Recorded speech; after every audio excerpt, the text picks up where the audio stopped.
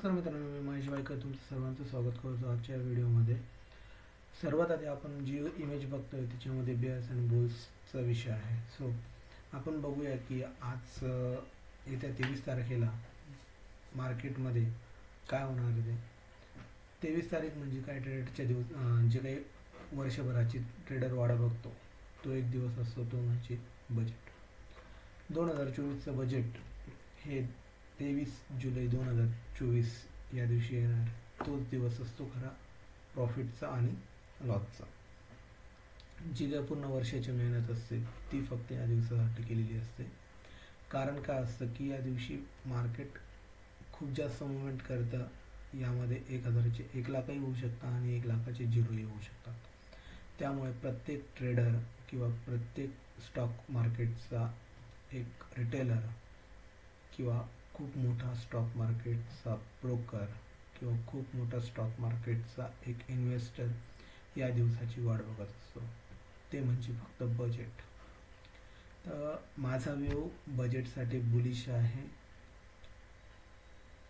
एक वैयक्तिक मत असं आहे माझं की या दिवशी मार्केट बुलिश असू शकतं, बुलिश सेगमेंट असू शकतं.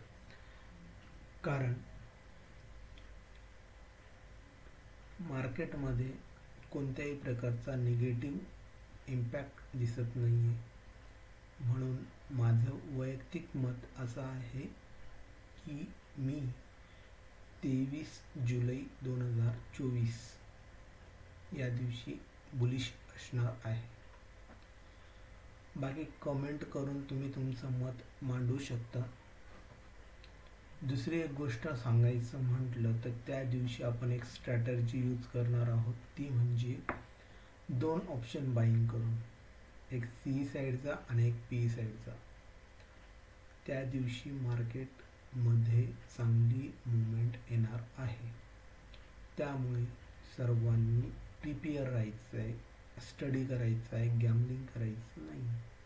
ज्या साईडला ब्रेकआउट देईल मार्केट त्या साईडला पोझिशन बनवून आपण आपल्या ट्रेडला ओव्हर करायचं आहे. ठीक आहे. दुसरी गोष्ट अशी आहे की सी बाय करून ठेवा आणि पी ही बाय करून ठेवा. दोन्ही ऑप्शन बाय करून ठेवायचे. ज्या ऑप्शनमध्ये मुवमेंट दिसेल त्याच्या अपोजिट ऑप्शन क्रॅक करायचं आणि मुवमेंट कंटिन्यू करायची. मी अजूनही सांगतो, 23 जुलै 2024 या दिवशी माझा व्ह्यू बुलिश आहे. हा एक माझा पर्सनल ओपिनियन आहे. मी सेबी रजिस्टर्ड नाही आहे. सो हा एक माझा पर्सनल व्ह्यू आहे.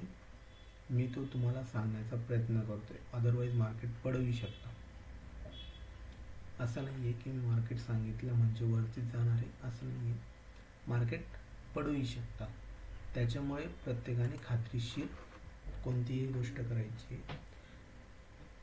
आपण बघूया की मार्केटमध्ये काय होत आहे ते त्या दिवशी. ठीक. धन्यवाद. जय महाराष्ट्र, जय भारत.